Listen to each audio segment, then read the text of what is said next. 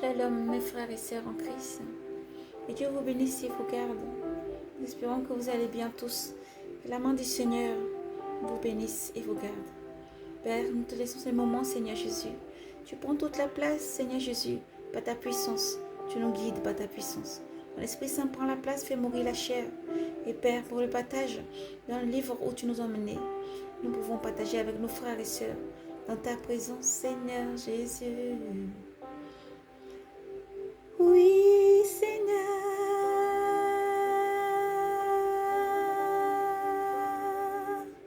Jésus,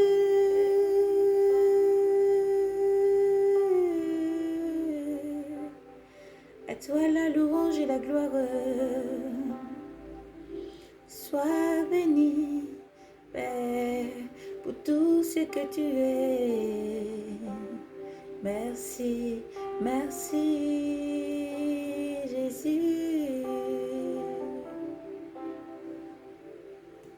Amen. Aujourd'hui, nous allons partager une parole du Seigneur. Nous allons vous faire part d'une vision que le Seigneur m'a donnée. Et nous invitons tous nos frères et sœurs, enfants de lumière, à revenir de vos Bibles. Nous allons lire dans le livre de Jean, l'Évangile selon Saint Jean, le chapitre 16. Chapitre 16, le verset 16. Chapitre 16 et le verset 16. Nous lisons dans le nom puissant du Seigneur Jésus-Christ.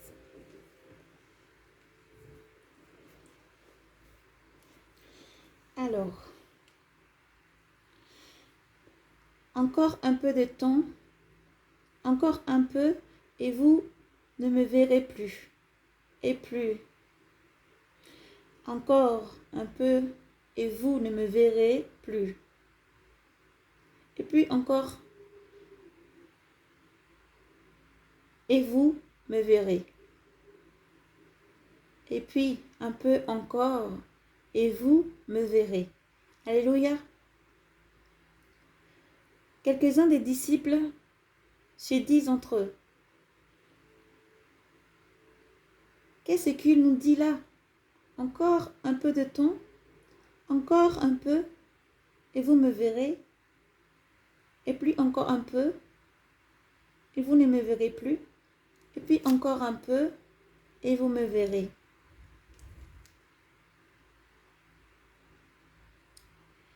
Et je vais vers le Pierre, et je vais vers Pierre. Je vais, et je vais vers le Père. Se demandent les disciples. Ils disaient, qu'est-ce que c'est un peu?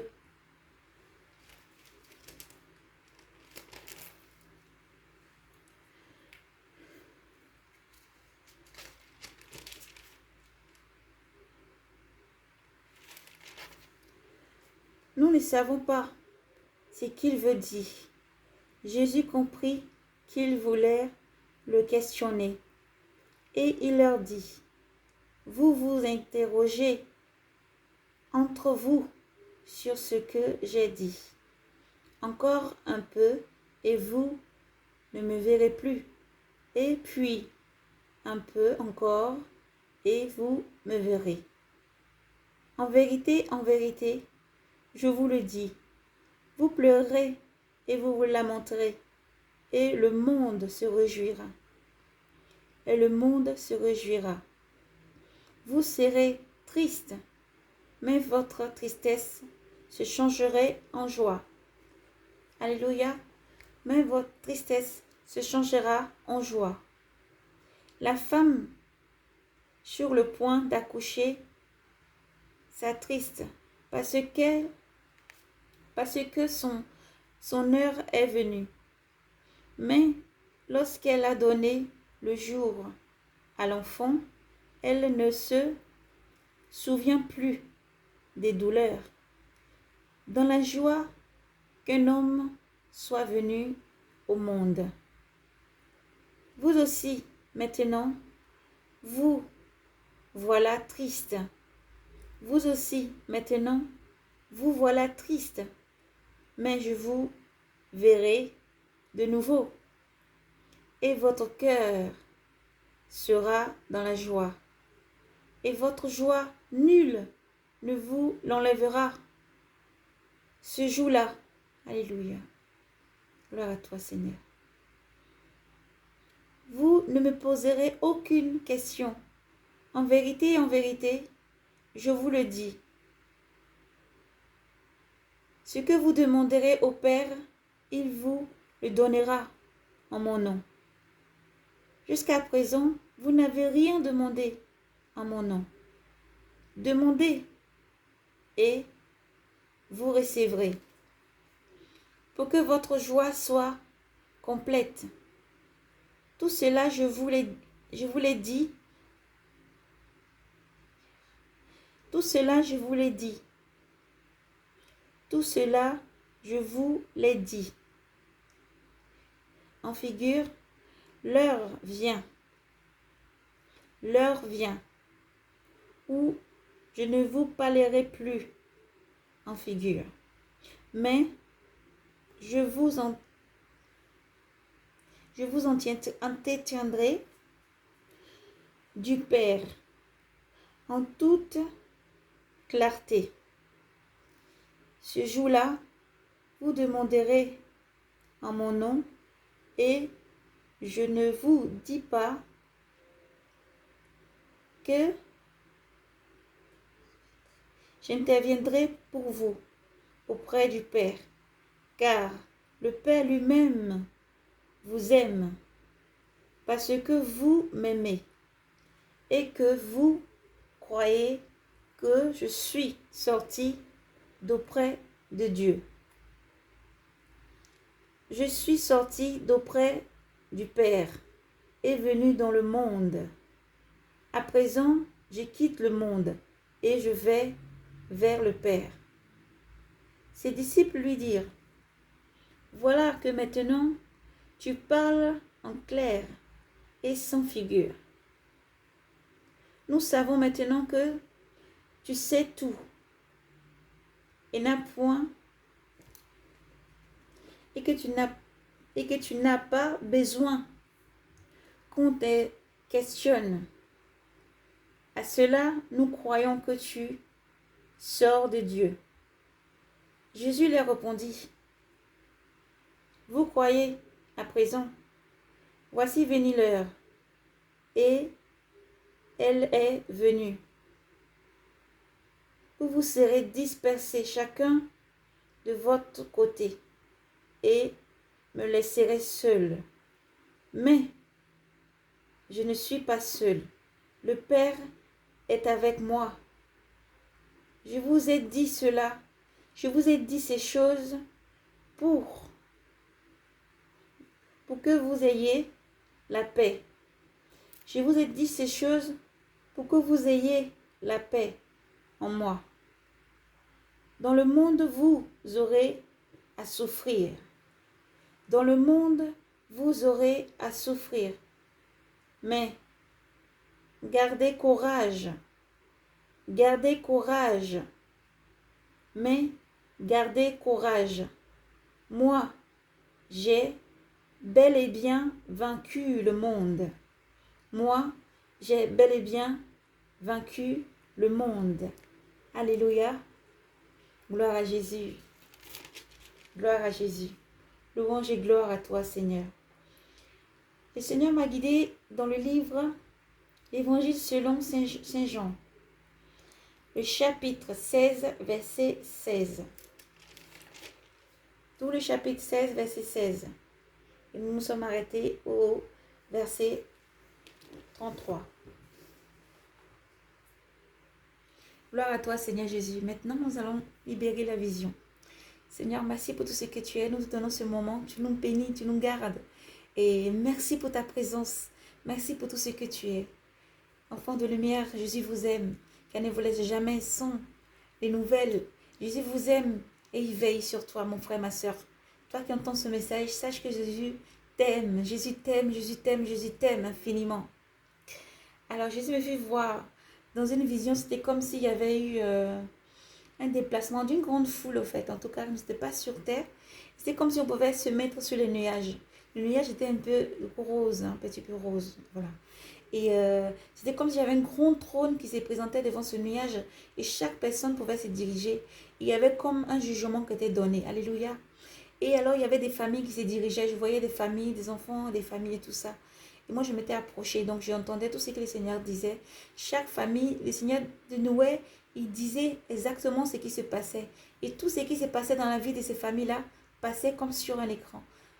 Passait comme sur un écran. On pouvait tout voir, tout entendre, tout voir. Et ceux qui avaient fait le bien étaient comme de portés vers la droite. Et leurs vêtements changeaient et ils allaient. En tout cas, ceux qui n'avaient pas suivi les règlements, la voix du Seigneur, la parole du Seigneur, c'était comme s'il y avait un grand gouffre qui s'ouvrait et ils tombaient dans ce gouffre-là. Alors, je voyais les familles qui partaient vers la droite et ceux dont le gouffre s'ouvrait qui tombaient dans le gouffre. Je voyais le jugement d'une mère, d'une famille, en tout cas, d'une famille où il y avait les enfants. Le père était parti avec les enfants du côté droit. Leurs vêtements avaient changé et sont partis du côté droit. Et la mère et l'une de ses filles sont tombées dans ce gouffre-là. Donc, je suis partie avec eux dans ce gouffre. Que rien ne soit retranché, Seigneur. Et lorsqu'ils ont atterri en bas, alors ils sont atterris comme dans un lieu complètement, c'était sale en tout cas. C'était une terre goudronnée en tout cas. Et c'était très sale. Et il y avait comme un grand serpent qui se déroulait pour venir au fait près d'eux. Mais il avait un corps humain. Le bas c'était un corps de serpent, le haut c'était humain. Et pendant ce temps-là, je pouvais ressentir ce que la maman et les enfants ressentaient. Ils ressentaient une grande faim, ils avaient faim en fait. Et ils demandaient, ils pouvaient lui parler, ils demandaient, ils pleuraient beaucoup en tout cas de savoir qu'ils avaient été divisés, la famille avait été divisée. Et que le père et les autres enfants qui avaient écouté la voix du Seigneur, qui avaient marché dans la piété et respecté les règles du Seigneur, étaient partis donc au paradis. Et eux étaient tombés là dans ce gouffre de lamentation. Et par contre, la maman, la fille qui était avec la maman, lors du jugement, le Seigneur montrait qu'ils étaient dans la vie, ils avaient un manque de pardon. Ils étaient beaucoup, la fille, elle calomnie beaucoup, elle insultait, elle injuriait, elle était sans paix et sans pitié pour les autres. La mère avait le même comportement que la fille. Voici ce qui les a condamnés ce jour-là et les a fait descendre dans ce gouffre-là. Et eux, par contre, là, ils avaient faim. Ils avaient faim. Mais ce gros serpent qui passait autour d'eux était en train d'avancer. Et c'est comme si automatiquement, ils étaient attirés vers lui. Il les menait au bord de cet endroit-là. C'est comme s'il y avait un gouffre après. Et ils allaient tomber dans un feu, au fait. Mais pendant qu'ils allaient, et ils disaient qu'ils avaient faim. Ils demandaient à manger.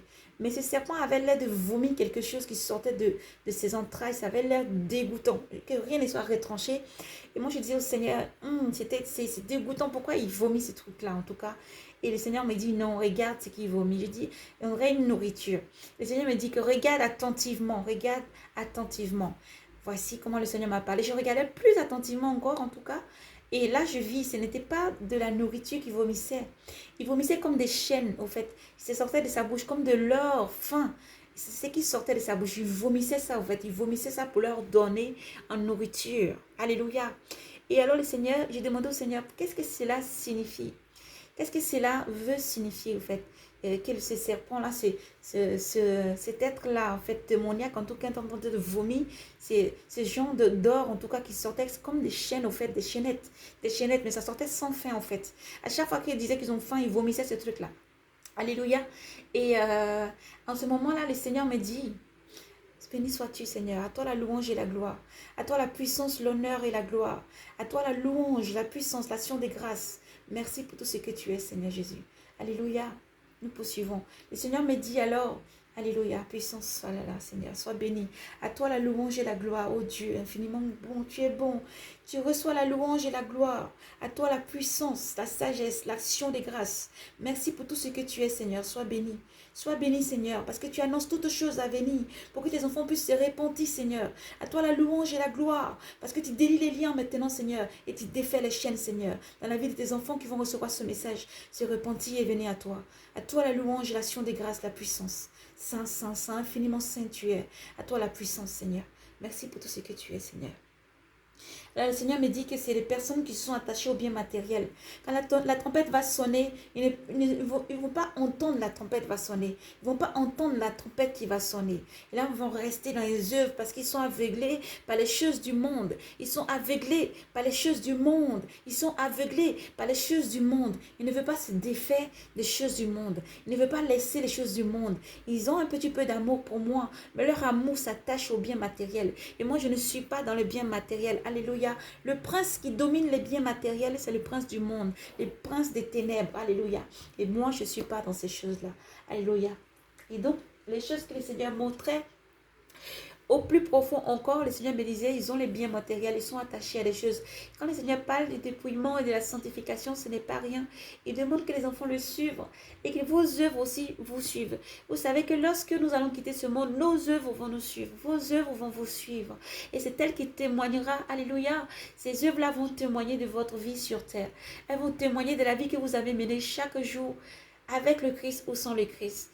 Ou que vous avez un peu le Christ, mais que vous ne le manifestez pas dans vos œuvres et que vous êtes attaché aux biens matériels pour vous avoir plus d'argent, plus d'or, avoir plus de biens matériels, à vouloir se montrer au monde, à vouloir plaire aux yeux du monde et à ne pas chercher l'amour de Dieu, à ne pas élever Dieu au-dessus de toutes vos situations et à vouloir vous montrer encore plus au monde et à courir au point de perdre votre âme.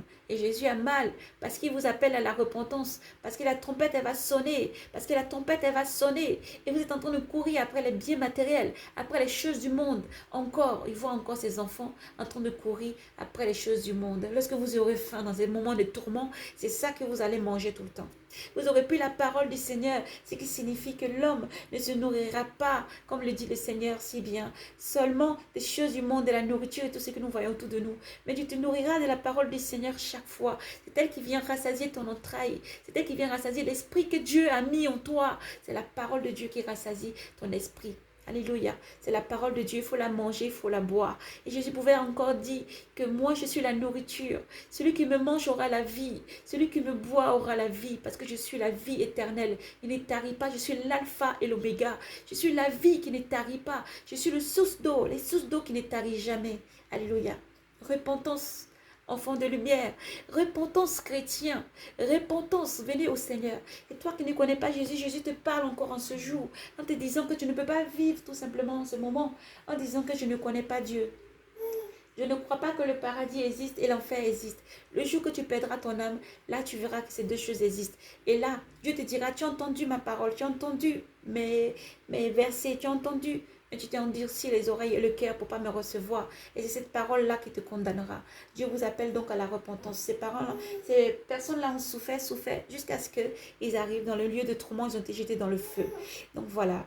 Le Seigneur est bon et le Seigneur appelle son peuple à la repentance. Le Seigneur appelle ses enfants à la repentance, car il est un Dieu d'amour. Il fait sonner la trompette encore, par ses appelés, ses rachetés, pour annoncer encore tout ce qui les ténèbres cachent. Il vous attacher par des chaînes invisibles à vouloir courir après les richesses de ce monde.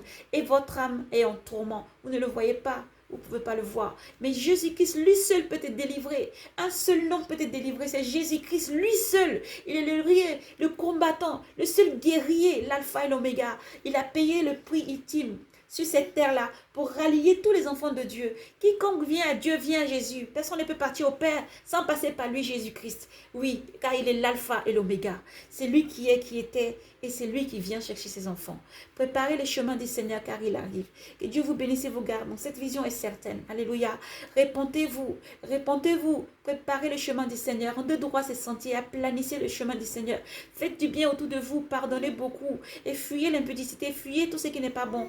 Ne cherchez pas l'or et l'argent du monde. Ne cherchez pas les biens matériels du monde au point de perdre votre âme. Car votre âme est chère aux yeux de Dieu. Vous êtes la prunelle des yeux du Seigneur. C'est pour ça que Dieu alerte à chaque fois et qu'il donne les messages et les visions. Pour que nous venions sonner la trompette et vous dire que le Seigneur vous aime. Il vous aime plus que tout. Que Dieu vous bénisse et vous garde. Jésus vous aime. Persévérez. Sortez des ténèbres. Fuyez tout ce qui ne glorifie pas le nom du Seigneur. Demandez que Dieu rentre. Le Seigneur Jésus vienne rendre manifeste tout ce qui est autour de vous, qui veut vous bloquer. Et tous ces esprits abattus autour de vous qui veulent vous bloquer. Que le Seigneur maintenant prend le contrôle et les abat par sa puissance et qui vous libère par sa puissance aussi. Et marchez dans la vérité, l'amour, et l'abondance d'amour dans votre cœur. Le Seigneur est la vérité. Le Seigneur est avec nous. Nous ne le voyons pas, nous pleurons encore pendant un temps. Mais lorsque nous le verrons, notre cœur sera rempli de joie. Cette parole est certaine. Notre cœur se remplira de joie, oui, parce qu'il nous comblera de tout. Et il n'y aura plus aucun manquement. Quand tu as Jésus, tu n'as plus aucun manquement. Quand tu as Jésus, tu te remets en question et tu n'as plus aucun manquement. Si tu as un peu de manquement, ça veut dire que Jésus n'est pas à 100% en toi. Alléluia. Il faut persévérer dans les œuvres du Seigneur, à méditer sans cesse sa parole, à l'appeler, à parler beaucoup avec le Seigneur, car il est près de toi, mon frère, ma soeur, et il t'écoute, il t'entend. Voici, que Dieu vous protège et vous bénisse. Shalom, paix et grâce à vous. Jésus vous aime. Paix et grâce. Dans le nom puissant du Seigneur Jésus-Christ. Shalom.